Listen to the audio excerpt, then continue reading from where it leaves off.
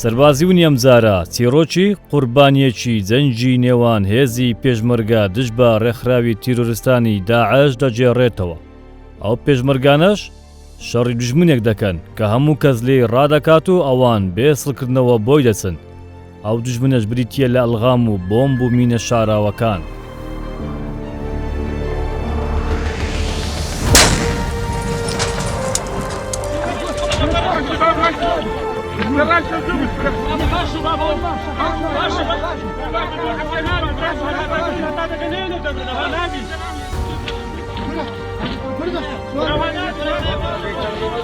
ترى نقيب ما او نقيبه معك هكا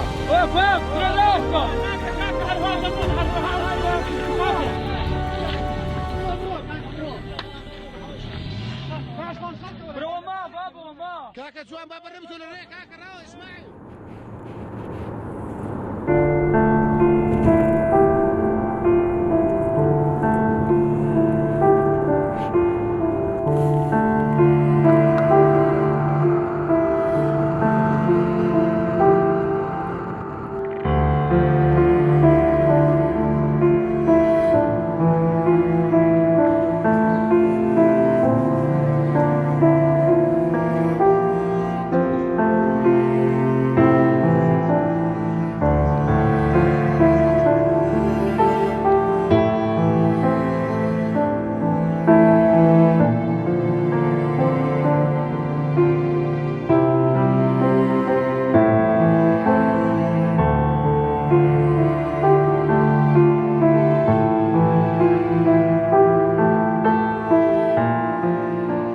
کاری من هەڵگرتنەوەی مین و پوچەکردنەوەی مین بووە لە بەرەکانی جەنگ لە دژی تیرۆریستانی داعش جەنگام لە یەکێک لە ئەرکەکانم قوربانیمدا لە پێناو کوردستان کە قوربانیەکەم بووە هۆی لە دەستدانی هەردوو قاچم دەستێکم و هەردوو چاوم و گوێیەکم.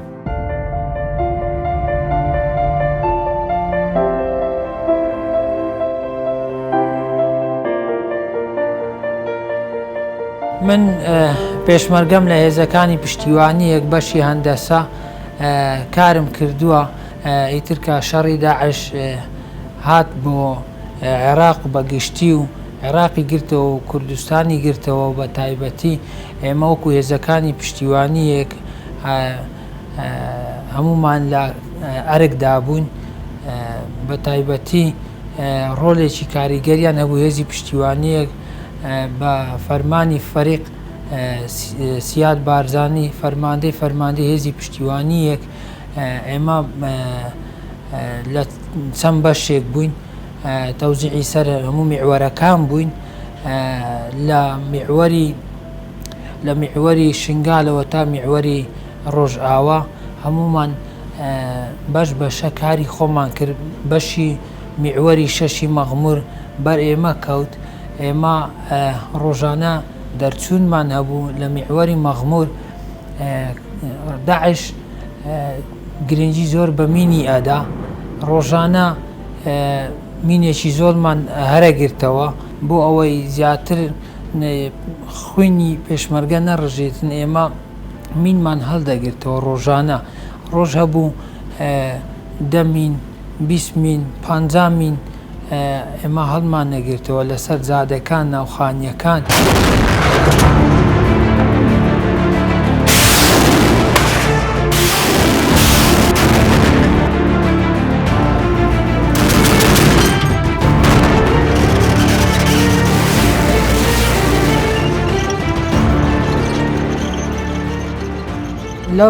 لەو کاتێک کە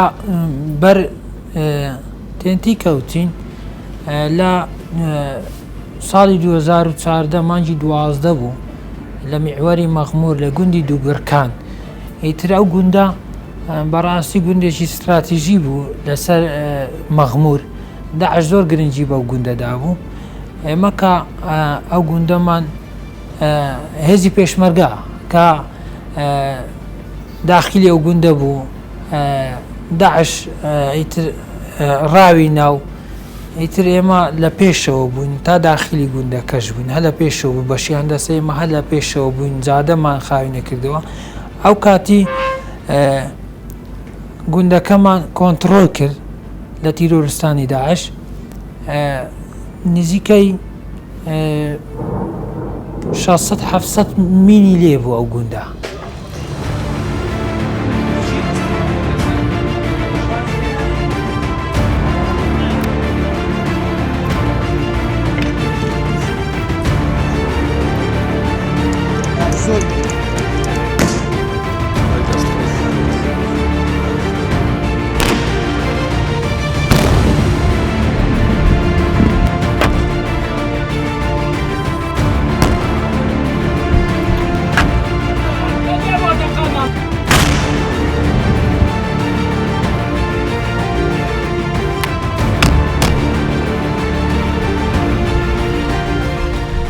ڕۆژی پاشتر چوینەوە پاشماوەی مینەکان هەڵگرینەوە پاشماوەی شەڕەکە ئیتر لە بەیانیەوە ئیشمان کرد مینێکی زۆرمان هەڵگرتەوە و زۆرمان تەقاندەوە و مەترسی هەبوو ئیشی تێ نائکرا بەڕاستی مینەکە دەبی هەر ناچار بای تەقان باوە ئیتر 4-5 مین مابوون هێزی پێشمەرگەشی لێ نیشتە جێبوو هێزی پێشمەرگەکان ئەفسەرەکان و مەسوولەکانی هاتن لای ئێمە گوتیان دەبێ ئیلا ئەو 5-6 مینانەش هەرگرنەوە چونکە کاتەکە سەعات 4 عەسر بوو ئیتر ئێمەش نەمان نەویست پێشمەرگە بیتە قوربانی بەڕاستی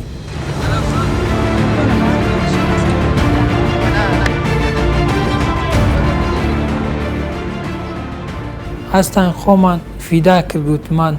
بڕیارە دێن لەسەر و مینانە شیشەکەی من و کاکازاد ئامیرسریەم بوو لەگەر کاک شاخەوان نەقیب شاخەوان لەگەر نەقیب شەهید ئالان بەڕاستی لەگەرمە بوو ئێمە بووینە دوو تیمێکمان چوینە سەر 2 مین هەردووکمان هەگرتەوە کاک شەهید ئالان دوورتر بوو لە من کاک شاخەوانیش دوورتر بوو لەسەر مینێک بوو بانگی منی کرد بانگی کاک شاخەوانی کردێتتر چوینە لای گوتی دەستکاری و مینە بکەین هەرگرینەوە ئیتر منیش حەبلم لە دەست بوو ئەمیش حەبل تێکەم و ڕای کێشم و بیتەقینم پێم گوتم زۆر بە سادەی دانرا دەستکاری مەکە حەبلی لێدەم گوتی نایوێ سادەیە زۆر ئیتر بەڕاستی بینیم کەتەری لە وایرەکەدا هیچ مشکلێ نەبوو پاترەکەی لە مەستارەکە زیاد کردەوە هیچ مشکلێ نەبوو چەشنەکەی زیاد کردەوە لە مینەکەش لێ کردەوە هیچ مشکلەی نەبوو مینێکی زۆر سادە دانرا بوو هیچی پێوە نەبوو ئیتر چۆن دەستی گەیاندێ و مینێکی تری لە ژێر بوو تەقی پێمان تەقی و بەڕاستی من هیچم نەبینی هەر گوێم لە سەوتێکی زۆر بەرز بوو ئیتر ڕاستەوخۆ بێهۆش بوو ئەبووەکان هەمووی تەڵی تێدا بوو وای خەتەر بوون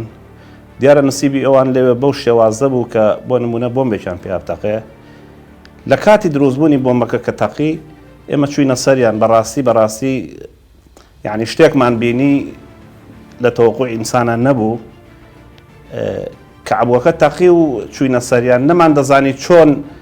دەست بینە کوێیان یعنی هیچیان ئەوە نەبوون کە بیان خێنە ناو سارە و بیان بینە شوێنی خۆیان یاخود نەمان دەزانی دەستمان دەبێت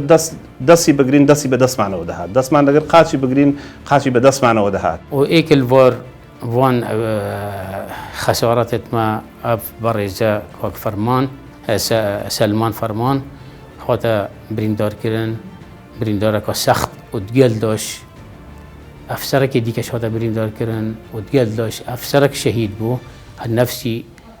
روجي دا أف واجبه أركي خوي بيروس كر دا أف منطقة باكش كان الغامة باشموه داعش چنکو زیانک گشتان دما پێشمەرگە بێژ بووم ڕەوانەی خەستەخانەی مەغمور کرام لەگەر ڕەوانەی جمبوریان کردم لە خەستەخانەی جمبوری بەڕاستی دکتۆرەکان زۆر بە بێئەمەلی سەیری منیان کرد چونکە برینەکەم ئەوەندە قورس بوون بەڕاستی خۆشیان دکتۆرەکان سەریان سوڕما بوو لە برینداریەکەی من.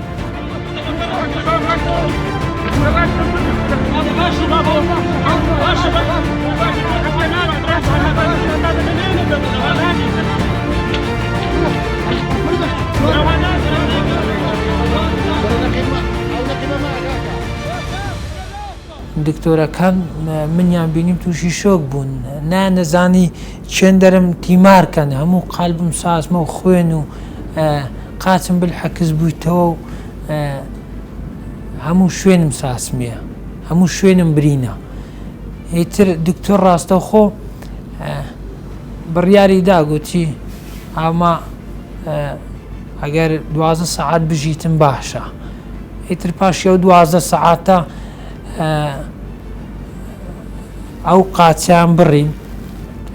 نەزیفیەکەیان ڕاگرتم، برینەکەیان تیمار کردو، زۆر برین لە قالبم هەبوو لە جەستەم، ئیتر جەستەی ترم زۆر برینی تێدا بوو، دەستم زۆر برینی تێدا بوو و ڕانە ئەو قاچەی ترم زۆر برینی تێدا بوو. ئیتر تیماریان کردو تا نەزیفیەکەم ڕاگرن.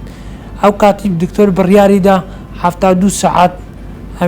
تقریبان ئێمە گرنتی ژیانی ئەدەین بمینی.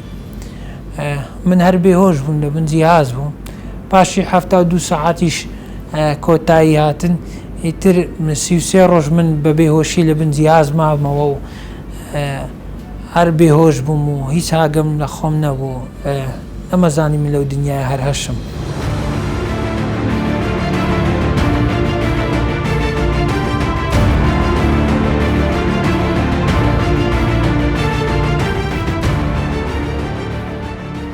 پاشی بینی مسافەی 2 مانگ لەو لە خەستەخانەی ڕۆژاوا مامەوە، لەوێندەر ڕەوانەی تورکیایان کردم. لە تورکیا دکتۆر قراریدا، ئاخر قرارەکەی ئەوە بوو وتی دەبێت ئەو قاچەشت ببڕدرێتن، دەستەکەشت ببڕدرێتن لەبەرەوەی ئینتیهابت گەیشتیتە سەر ئێسکانت و لە کۆنتڕۆلی علمی پزیشک چوویتە دەبێ هیلا ببڕێتن. ئیتر ئەو کاتی قاچەکەی ئەو قاچەشیان بڕیم، هاتمەوە دەستم گەیاندە قاچی خۆم نەمابوو، زۆر تەحسیری لێم بوو. 3-4 ڕۆژ بینیدا مسافەیەکی تر ئەو دەستیان بڕیم، دەستم گەیاندەوە دەستی خۆمەوەی تر نەمابوو. ڕاستی تەحسیری لەسرم هەبوو، بەڵام هیچ کاتێکیش خۆم وام ناکردووە جەستە لەسرم زال بێ، هەمیشە خۆم زال بوویمە لەسەر جەستەی خۆم.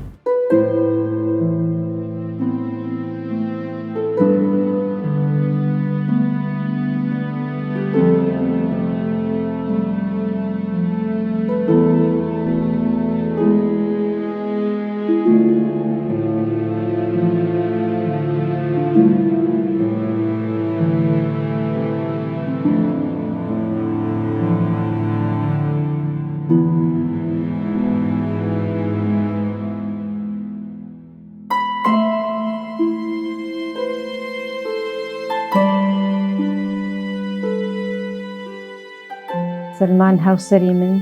پێشمەرگەیەکی قارەمان و چاونەترس بوو، ئازا بوو، زۆر حەزی دەکرد نیشتیمانەکەی بپارێزێ لە پێناو خەڵک و خاکەکەی، گیانی خۆی فیدا ئەکرد، زۆر حەزی لێ بوو هەموو کاتێک بەرگری لە نیشتیمانەکەی بکات. زۆربەی جارەکان پێم دەگوت کە ڕووبەڕووی شەڕی داعش دەبووەوە، دەچوە بەرەکانی جەنگ، پێم دەگوت ئاگاداری خۆت بە، دەیگوت هیچ کاتێک من ناترسێم، چونکی من خۆم فیدای نیشتیمانەکەم کردووە، خەڵکی کوردستان کردووە، دەمەوێت بیپارێزم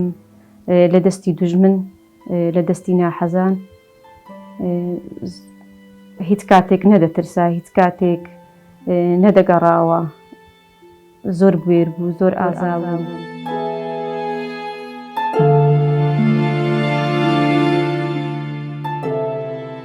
ئەو کاتی من سەروەر بە سەروەری دووجیان بووم، سەروەر لەزگمدا بوو، سلمان بریندار بوو، 3 مانگ پاشی سەروەر لە دایک بوو سلمان سەروەری نەدیت تا سارێک و 9 مانگ زۆر حەزی ئەکردەیک و زۆر بەکات دەیگوت حەزەکەم سەروەری ببینم.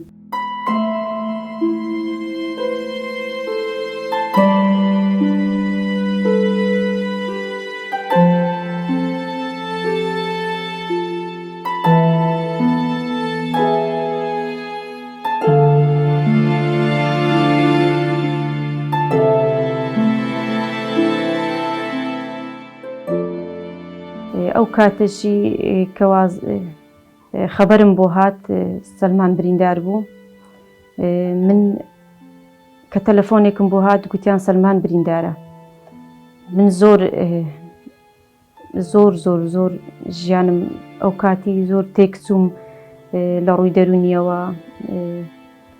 زۆر ئازارم خوارد کە گەشتمە خەستەخانەش لە خەستەخانە کە دیتم سەلمان لە ناو خوین هەرگەڕا بوو هیچ قسە و شتی نەدەکرد بانگم دەکرد سەلمان بەڵام هیچ هەستێکی نەبوو.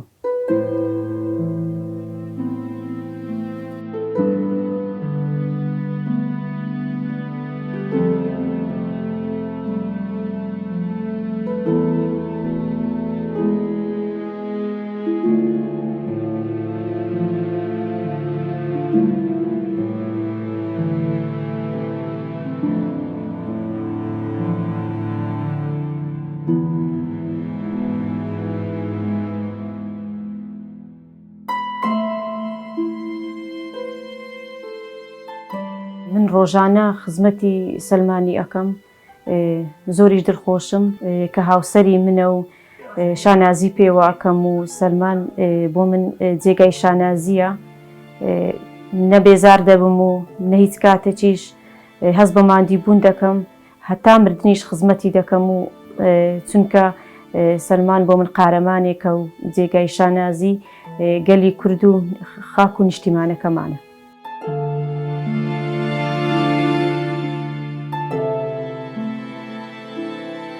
سەلمان کوڕە گەورەی منە ڕێسکەی پێشمەرگاتی هەربژاریە لە سەر ڕێگای مەلا مستەفا بارزانی و سەرۆکی گەورەمان مەسعود بارزانی سەرۆکی پێشەوە ئەمن لە بەرەگانی شەڕ بووین. سەلمان کوڕە گەورەی منە زۆر ئاسا و بەخیرەتە لە هێزی پشتیوانیەک پێشمەرگە بوو برادەرەکانی وان هەمووی ئەزانن ئەمە لە دەوامێ بووم تەلەفۆنێکم لۆ هاتەگە سەلمان بریندارە ئەمە چۆینە خەستەخانەی سەلمان بە سەختی بریندار بووە بەڕاستی زۆر برادر و تشتیوەشی شەهید بووە و ئێمە و ئێوان هەمووان بەس بە ئازایەتی پێشمەرگەش نەبا دەحش نەدەشکا. وەک یەکەم هێز لەسەر ئاستی جیهان و ناوچەکە هێزی پێشمەرگەی کوردستان بوو بە سەرۆکایەتی و ڕابەرایەتی سەرۆک بارزانی کە لە بەرەکانی جەنگ تیرۆریستانی داعشیان تێکشکان لە کاتێک ئەو تیرۆریستانە لە هەموو بەرەکانی جەنگی لە وڵاتی سووریا و عێراق و ناوچەکانی تر لە پێشڕەویدا بوو. من دەتوانم ئەوە بڵێم فەرماندەی پشتیوانی دەوری هەبووە لە هەم لە شەڕی داعش و هەم لە شەڕی ڕەفرەندۆم ئەویش لە بیر نەکەین ینی دەورێکی کاریگەریان هەبووە و لە شەڕی داعش ئێمە خاوەنی کۆمەڵێک شەهیدین هەموو شەهیدی حەقیقی یعنی دەتوانم ئەمەش بڵێم ئەوەل دەست پێ بکەین لە ڕۆڵی هەندەسە لە دەستپێکی هاتنی داعش و گرتنی منتیقا و ئەوانە داعش خەریکی ئەوەی بوو کە عبوات دابنێت و متەفەجرات دروستکاتە ئەوە یعنی حقیقەت ساڵی ئەوەل و ئەوانە هەندەسەی ئێمە تووشی زۆر تەلەفات هاتن چونکە هەر ڕۆژی بە ئەسلوبێک و وەکو پشتیوانیش ئەو ئیمکانیاتانەمان نەبوون کە ئەو تەکنۆلۆژیای نوێ بچین بەرگری بکەین بەو تەکنۆلۆژیا گەجانی پێشمەرگەکان سەلامەت بیت لەبەرەوە پێشمەرگەکان مەجبور بوون ئەوانەی لە هەندەسە بوون جانی خۆم بەخت دەکرد بۆ ئەوەی پێشمەرگەکانی تر سەلامەت بن لەبەر ئەوە دەتوانم بڵێم ڕۆڵێکی زۆر کاریگەریان هەبووە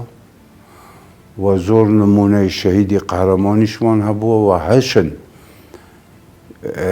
شەهیدی زیندینە مەسەلەن وەکو ئەو بەرادەرە سەلمان کە ئەوە دیارە یعنی حەوجەی ناکەم من بڵێم یعنی شەهیدی زیندووە یعنی چەندین نەفەریش وەکو ئەو بەڵام هیچیان وەکو ئەو وەکو دەڵێن زەرەریان پێ نەگەیشتووە ئیبەدەنی بەڵام خەڵکی تریش هەن و شەهیدیش هەن. فەرماندەیی هێزەکانی پشتیوانی یەک بە فەرماندەیی فەریق سیهات بارزانی لە زاخۆ تا خانەقین ڕۆڵێکی کاریگەر و گەورەیان هەبوو لە تێکشکاندنی هێڵی بەرگری تێروریستانی داعش و هەڕەشەکانیان. حقیقەت مەترسیەکانی ئەندازەی سەربازی مەترسیەکانی زۆرن لەبەرەوەی مین و بۆمب و ئاغڵەم و ئەوانەی کە دائەندرانەوە لە شەڕی داعش بەڕاستی زۆر مەترسی بوو چونکە زۆریاندا نابوون ئەوە نەبوو بە ڕەچاوکە یەک بی دوو بی سێوی بە سەدان بە هەزارە هەن مینداندرا بوو ئیتر تۆ ڕۆژانە ئەچوێ سەر ئەو مینانە سەرماتە دیتی ئیتر گەرماتە دیت و بەڕاستی شەڕت بەرامبەر ئەکرا بە هیمەتی جەنابی سەرۆک کە ئەو بەو ئەرکەی هەستا ئەو واجبەی بە ئەستۆ گرت کە ئەم کابرایە نەجات بدە لەو معاناتەی گەهەیت تقریبەی 2-3 ساڵ و ئێستاش هەر بەردەوامە کە دائیم لە جەنابی سەرۆک پاڵپشتێکی گەورەی بووە کە ئێستا جەنابیان توانیویەتی ژیانی خۆی ئیدامە بدە یعنی هەمووی بۆ جەنابی سەرۆک دەگەڕێتەوە یعنی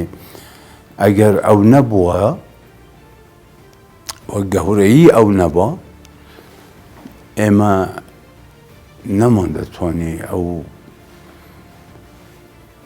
ئەو ئەرکە قورسە بە کۆتایی بگەینین چونکە زۆر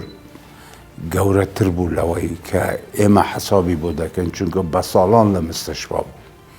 عملیاتی بۆ کراوە چارەنووساس مەسەلەن هیچ چاوەکانی ئەو هەموو دوو پێ و دەستێکی بۆ دروست کراوە یعنی تقریبەی نیو ئینسان دروست کراوە لەبەر ئەوە و ئەرکەش دەبی بۆی بکرێ چونکە واجبی خۆی جانی خۆی بەخت کرد بەڵام بەخت نەبوو بۆ ئەوەی لە پێناویەوە خۆی کردە قوربانی بۆ هەندێک پێشمەرگەیدی سەلامەت دەربچن.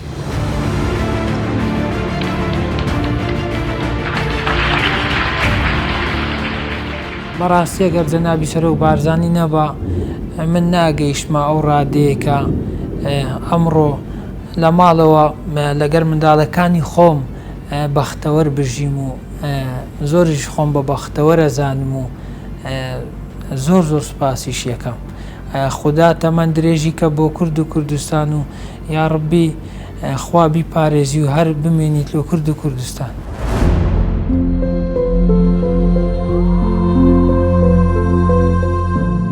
خۆیان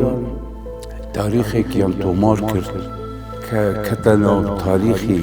گەلی کورد ئەوە بۆ خۆیان عائیلەکانیان سەربەرزیە سبەینی لە هەر جێگا بن سەربەلند. ئێمە وەکو بنەماڵەی پێشمەرگە سوپاسی جەنابی سەرۆک بارزانی ئەکەین کەوا خەمخۆری بنەماڵەی شەهید و بریندارەکان بووە وەکو سەلمان کە هاوسەری منە یارمەتی دەر بووە و ڕووناکی بە ئێمە و بە سەلمانیشی بەخشی.